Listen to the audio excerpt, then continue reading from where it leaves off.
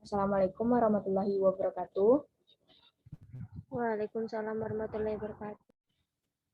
Saya Rizky Aulia Indriani dengan NPM J1C021037. Pada hari ini saya akan menjelaskan chapter 3 mengenai adjusting the account atau penyesuaian beberapa akun. Kenapa disebutkan beberapa akun? Karena tidak semua penyesuaian itu memerlukan adanya penyesuaian. Nah, akun-akun tersebut diambil dari neraca saldo, yang mana dalam neraca saldo tersebut ada beberapa akun yang belum mencerminkan nilai yang sebenarnya, sehingga diperlukannya jurnal penyesuaian. Nah, dalam penyesuaian itu ada dua asumsi yang mempengaruhi. Yang pertama yaitu asumsi periodisitas. Nah, asumsi periodisitas adalah asumsi dasar pelaporan keuangan di mana perusahaan dapat membagi laporan keuangannya menjadi beberapa periode waktu, sehingga dikenal laporan keuangan bulanan, laporan keuangan semester, laporan keuangan kuartal, laporan keuangan tahunan. Nah, pengaruh dari perusahaan membagi laporan keuangan menjadi beberapa waktu dengan jurnal penyesuaian itu adalah jurnal penyesuaian ini kan dibuat setiap kali perusahaan menyusun laporan pada setiap akhir periode. Nah, artinya jika perusahaan menyusun laporan keuangan setiap bulan, maka ada 12 kali perusahaan menyusun laporan keuangan dalam 1 tahun, dan juga ada 12 kali perusahaan melakukan penyesuaian. Kemudian dampak terhadap penyesuaian yang dibuat itu contohnya tanggal 1 Mei 2020 perusahaan membayar sewa toko sebesar $12.000 untuk 1 tahun ke depan terhitung sejak 1 Mei 2020 sampai dengan 1 Mei 2021. Jika perusahaan menyusun laporan keuangan bulanan, maka pada tanggal 31 Mei 2020 perusahaan membuat penyesuaian dan mengakui adanya beban sewa untuk 1 bulan, yaitu untuk bulan Mei 2020. Nah, jika perusahaan menyusun laporan keuangan tahunan, maka laporan keuangan baru dibuat pada tanggal 31 Desember 2020, dan perusahaan akan membuat penyesuaian dan mengakui adanya beban sewa untuk 8 bulan dari tanggal 1 Mei 2020 sampai dengan 31 Desember 2020. Nah, untuk jurnalnya itu beban sewa didebit sebesar 8.000 dan sewa dibayar di muka sebesar 8.000. Nah, untuk cara dapat hasil untuk menghitung beban sewa tersebut yang 8.000, cara hitungnya adalah 8 dibagi 12 dikali 12.000 dolar. Hasilnya yaitu $8.000. Kemudian ada asumsi accrual basis. Nah, asumsi accrual basis ini adalah asumsi di mana transaksi akan dicatat ketika transaksi itu terjadi tanpa mempertimbangkan apakah ada uang yang diterima atau ada uang yang dibayarkan oleh perusahaan.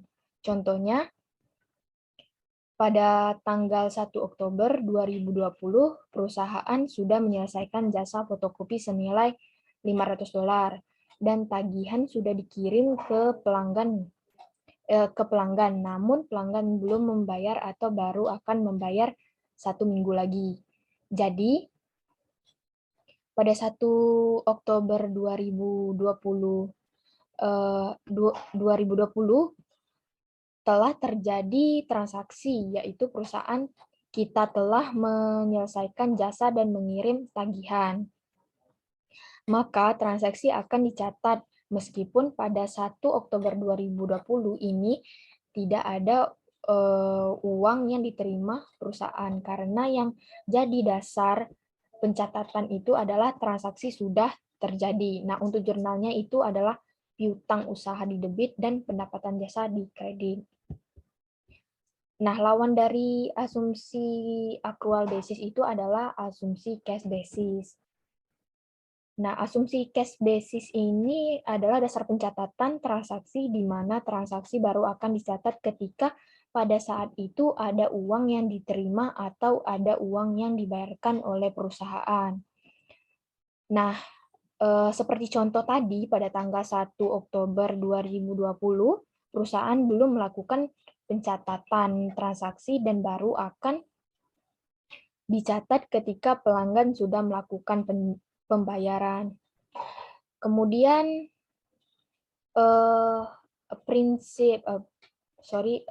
asumsi accrual basis itu akan mempengaruhi dua prinsip, yaitu prinsip pengakuan pendapatan dan prinsip pengakuan beban.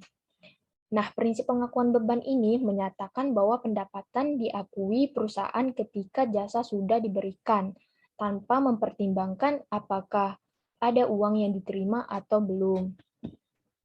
Nah, seperti contoh tadi, pada tanggal 1 Oktober 2020, perusahaan sudah mengakui adanya pendapatan jasa sebesar $500 karena pada tanggal tersebut perusahaan sudah selesai memberikan jasa walaupun uang belum diterima. Namun pendapatan sudah diakui karena yang jadi tolak ukur adalah apakah jasa sudah diberikan. Nah, kemudian ada prinsip pengakuan beban, menyatakan bahwa perusahaan akan mengakui adanya beban ketika sudah merasakan manfaat, tanpa mempertimbangkan apakah ada uang yang dibayar atau tidak. Nah, contohnya itu pada tanggal 30 September 2020 terdapat gaji karyawan untuk 2 minggu terakhir bulan September 2020 sebesar $8.000 yang belum dibayarkan sampai 30 September 2020 dan baru akan dibayarkan pada 2 Oktober 2020. Maka pada tanggal 30 September 2020 perusahaan akan membuat penyesuaian untuk mengakui adanya beban gaji sebesar $800 karena manfaat dari tenaga karyawan sudah kita rasakan untuk 2 minggu terakhir bulan September. Meskipun pada saat itu tidak ada uang yang dibayarkan, tetapi beban gaji sudah harus diakui karena yang jadi dasar pengakuan beban adalah apakah manfaat sudah dirasakan atau belum. Nah, tujuan dibuatnya jurnal penyesuaian ini ada dua, yaitu tujuan pertama yaitu untuk memastikan apakah prinsip pengakuan pendapatan dan prinsip pengakuan beban sudah dipatuhi. Yang kedua, agar saldo dari akun-akun yang disajikan dalam laporan keuangan sudah mencerminkan nilai yang sebenarnya. Nah, perlu diingat dalam jurnal penyesuaian terdapat poin penting. Yang pertama yaitu jurnal penyesuaian berhubungan dengan pengakuan pendapatan dan pengakuan beban. Kemudian setiap jurnal penyesuaian akan melibatkan dua akun. Satu akun merupakan akun pada laporan laba rugi, akun kelompok pendapatan atau beban, dan satu lagi akun pada laporan posisi keuangan, kelompok aset atau liabilitas atau ekuitas. Tapi harus diingat, tidak ada jurnal penyesuaian yang dibuat kedua-duanya kelompok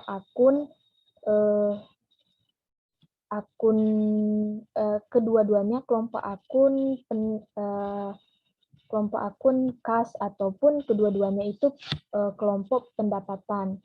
Itu salah. Yang benar itu satu akun kelompok laba rugi, Dan satu lagi akun kelompok laporan posisi keuangan. Kemudian terdapat 2 jenis akun yang disesuaikan. Yang pertama itu akun deferral atau ditangguhkan. Nah, apa yang ditangguhkan?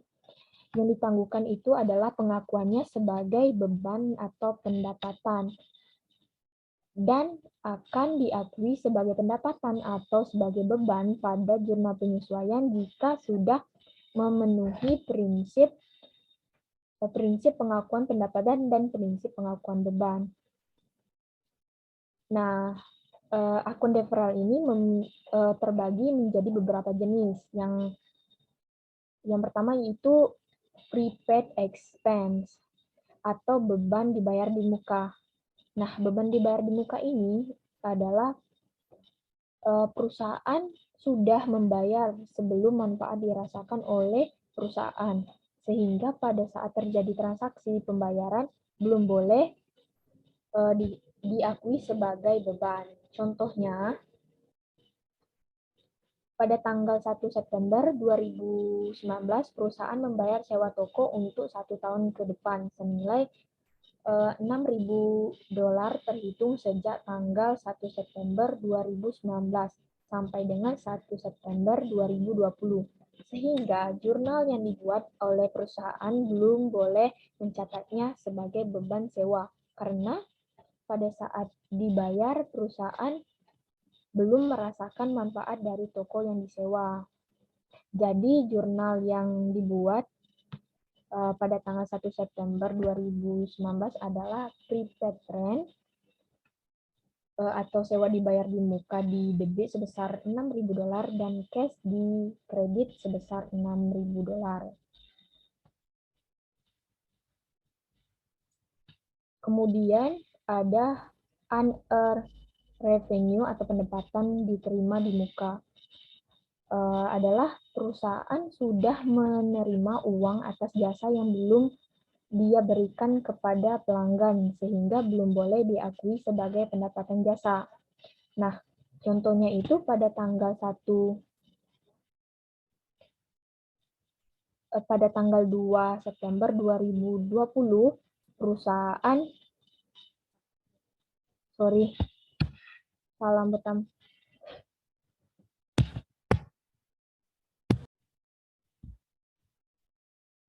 Nah, jika perusahaan menyusun laporan keuangan bulan September 2020, maka pada tanggal 30 September 2019, perusahaan harus melakukan penyesuaian untuk mengakui adanya beban sewa untuk 1 bulan sebesar 500 karena sudah merasakan manfaat untuk 1 bulan. Nah, untuk jurnalnya itu rent expense di debit sebesar $500 dan prepaid rent di kredit sebesar $500. Dan untuk cara hitungnya itu 1 dibagi 12 dikali $6.000 sama dengan $500.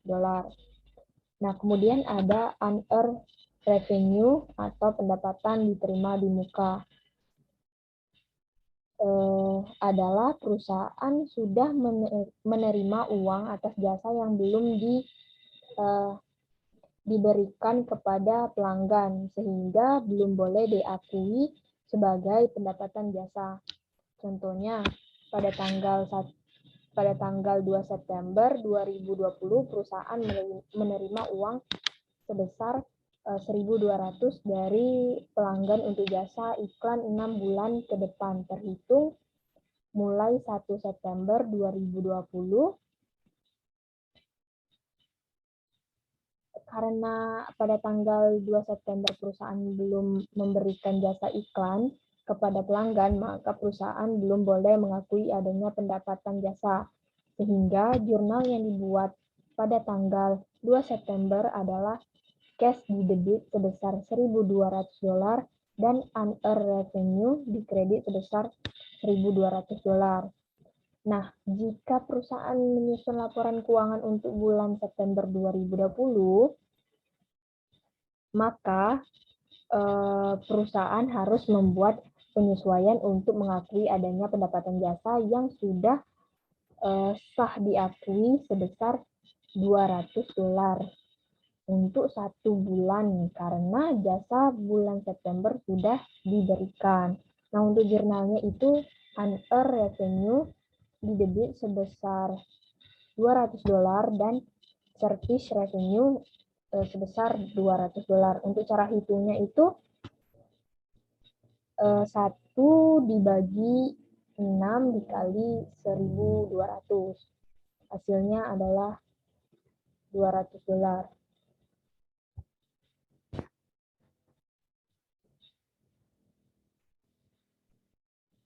Nah, kemudian ada supplies. Selama periode akuntansi, perusahaan menggunakan perlengkapan untuk kegiatan operasi. Jumlah perlengkapan yang digunakan oleh perusahaan selama periode berjalan inilah yang akan diakui sebagai beban oleh perusahaan di akhir periode akuntansi atau pada saat membuat laporan keuangan di akhir periode akuntansi perusahaan menghitung kembali perlengkapan yang tersisa. Nah, selisih jumlah perlengkapan pada saat awal periode dengan jumlah yang tersisa di perusahaan inilah yang akan menjadi beban perlengkapan dan akan disesuaikan. Contohnya pada awal periode perusahaan memiliki perlengkapan sebesar 7 juta rupiah. Nah, pada saat perhitungan kembali diketahui bahwa perlengkapan yang tersisa di gudang perusahaan sebesar 3 juta rupiah. Nah, dari soal tadi diketahui bahwa saldo awal perlengkapan sebesar 7 juta rupiah. Kemudian yang tersisa adalah sebesar 3 juta rupiah. Maka yang digunakan perusahaan adalah 7 juta rupiah dikurang 3 juta rupiah. Hasilnya adalah 4 juta rupiah. Maka jurnal penyesuaiannya adalah supplies expense bertambah di debit sebesar 4 juta rupiah dan supplies berkurang di kredit sebesar 4 juta rupiah. Nah, perlu diingat bahwa nilai yang diposting pada saat menyesuaikan perlengkapan adalah nilai yang terpakai, bukan nilai yang tersisa. Kemudian itu asuransi. Untuk contohnya, pada tanggal 14 Mei, perusahaan A membayar asuransi di muka sebesar 4.200.000 untuk jangka waktu 1 tahun. Karena perusahaan belum merasakan manfaat pada tanggal 14 Mei tersebut, maka perusahaan belum mengakui adanya beban asuransi. Sehingga jurnal yang dibuat itu prepaid insurance 4.200.000 dan cash di kredit sebesar 4.200.000. Nah, jika pada tanggal 30 Juni perusahaan menyusun laporan keuangan, maka dari soal tadi diketahui bahwa perusahaan membayar asuransi sebesar 4.200.000 untuk jangka waktu 1 tahun ke depan. Maka langsung saja kita masukkan 2 dibagi 12 dikali 4.200.000 sama dengan 700. Maka untuk jurnal penyesuaiannya adalah insurance expense di debit sebesar 700.000 dan prepaid insurance di posisi kredit sebesar 700.000. Nah, kemudian itu ada peralatan. Sama halnya dengan perlengkapan, peralatan juga akan menyusut nilainya. dan tidak akan sama nilainya pada saat pertama kali membeli. Nah, contohnya itu diketahui saldo awal perusahaan B sebesar 65 juta rupiah. Perusahaan menetapkan penyusutan peralatan sebesar 10% dari harga perolehan. Nah, dari soal tadi diketahui bahwa penyusutan adalah sebesar 10% dari harga perolehan. Maka 65 juta dikali dengan 10% sama dengan 6.500.000 rupiah. Maka jurnal penyesuaiannya adalah depreciation expense di debit sebesar 6.500.000 dan accumulate debt of equipment di kredit sebesar 6.500.000. Nah, kemudian itu ada akun accrual yang terdiri dari accrued revenue atau pendapatan yang masih harus diterima. Adalah pendapatan yang sudah terjadi karena jasa sudah diberikan tetapi sampai tanggal pelaporan belum diakui karena uangnya belum diterima, sehingga harus dibuat penyesuaian untuk mengakui pendapatan tersebut. Contohnya pada tanggal 30 September 2020 sudah diselesaikan jasa iklan sebesar $800, tetapi uangnya belum diterima, maka perusahaan harus membuat jurnal penyesuaian untuk mengakui adanya pendapatan jasa sebesar $800 meskipun uangnya belum diterima. Dengan jurnal yaitu account receivable atau piutang usaha di debit sebesar $800 dan service revenue di kredit sebesar $800. Nah, yang kedua itu ada accrued expense atau beban yang masih harus dibayar. Adalah beban yang sudah terjadi karena manfaat sudah dirasakan, tetapi sampai tanggal pelaporan belum diakui karena uangnya belum dibayarkan, sehingga harus dibuat penyesuaian untuk mengakui adanya beban tersebut. Contohnya, pada tanggal 30 September 2020 terdapat beban gaji karyawan sebesar $900 untuk gaji karyawan bulan September yang belum dibayarkan. Maka pada tanggal 30 September 2020 perusahaan harus membuat jurnal penyesuaian untuk mengakui adanya beban gaji sebesar $900 meskipun belum kita bayar meskipun belum kita bayar dengan menjurnal salaries expense atau beban gaji di debit sebesar $900 dan salaries payable di kredit sebesar $900. Nah, selanjutnya itu ada 5 laporan keuangan menurut PSAK nomor 1 yang terdiri dari 1 laporan posisi keuangan atau statement of financial position, yaitu laporan keuangan yang menginformasikan posisi aset, liabilitas, dan ekuitas perusahaan pada tanggal tertentu. Nah, contohnya itu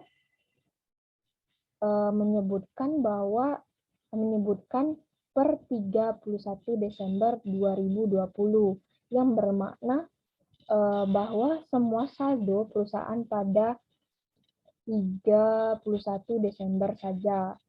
Nah, yang kedua itu adalah laporan laba rugi dan penghasilan komprehensif lain atau statement of profit or loss and other comprehensive income adalah laporan keuangan yang memberikan informasi tentang kinerja perusahaan untuk satu periode tertentu yang berisikan informasi tentang laba rugi atau periode berjalan, penghasilan komprehensif lain, dan laba rugi komprehensif.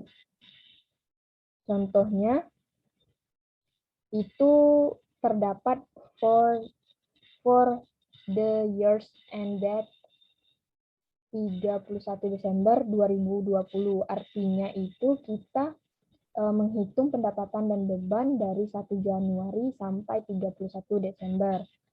Kemudian ada laporan perubahan ekuitas atau statement of change in equity, adalah laporan keuangan yang memberikan informasi tentang ekuitas perusahaan pada awal periode,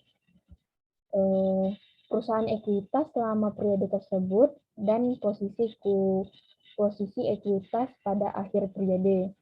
Nah, contohnya itu sama dalam laporan perubahan ekuitas menyebutkan for the years ended 31 Desember 2020. Nah, yang terakhir itu ada laporan arus kas atau statement of cash flow, adalah laporan keuangan yang memberikan informasi tentang arus kas masuk dan arus kas keluar dari 3 aktivitas, yaitu operasi, investasi, dan pendanaan untuk satu periode tertentu.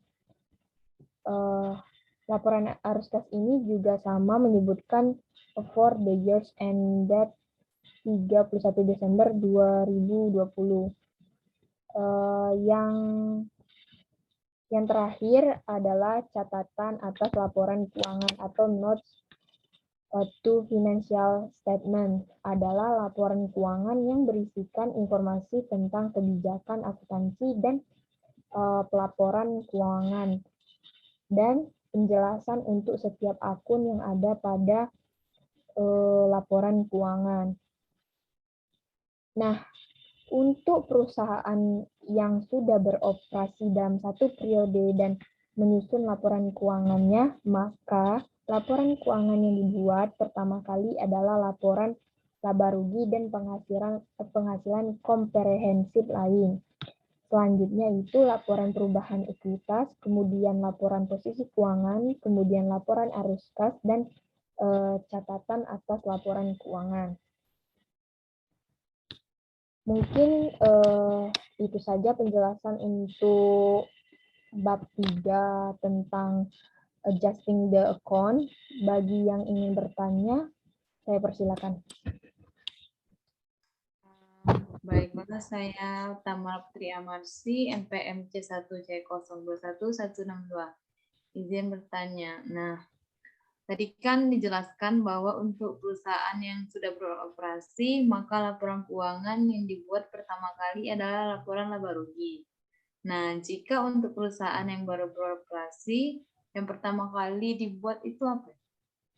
Terima kasih. Baik, untuk perusahaan yang baru beroperasi itu, laporan keuangan yang pertama kali dibuat adalah laporan posisi keuangan awal. Jika perusahaan baru beroperasi, tidak mungkin menyusun laporan laba rugi tersebut.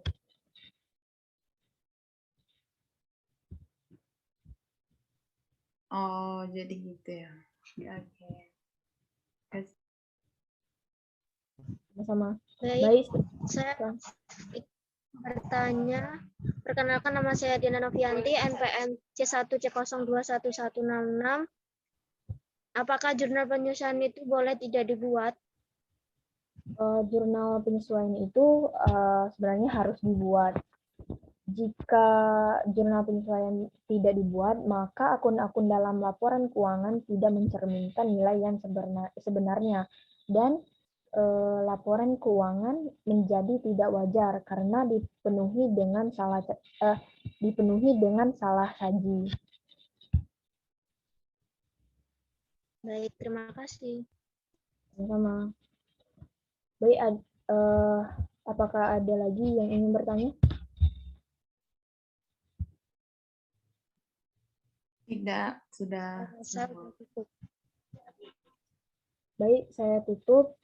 Mungkin itu saja yang dapat saya jelaskan mengenai chapter 3.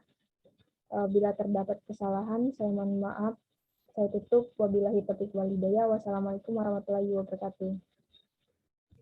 Waalaikumsalam warahmatullahi wabarakatuh. Wabarakatuh.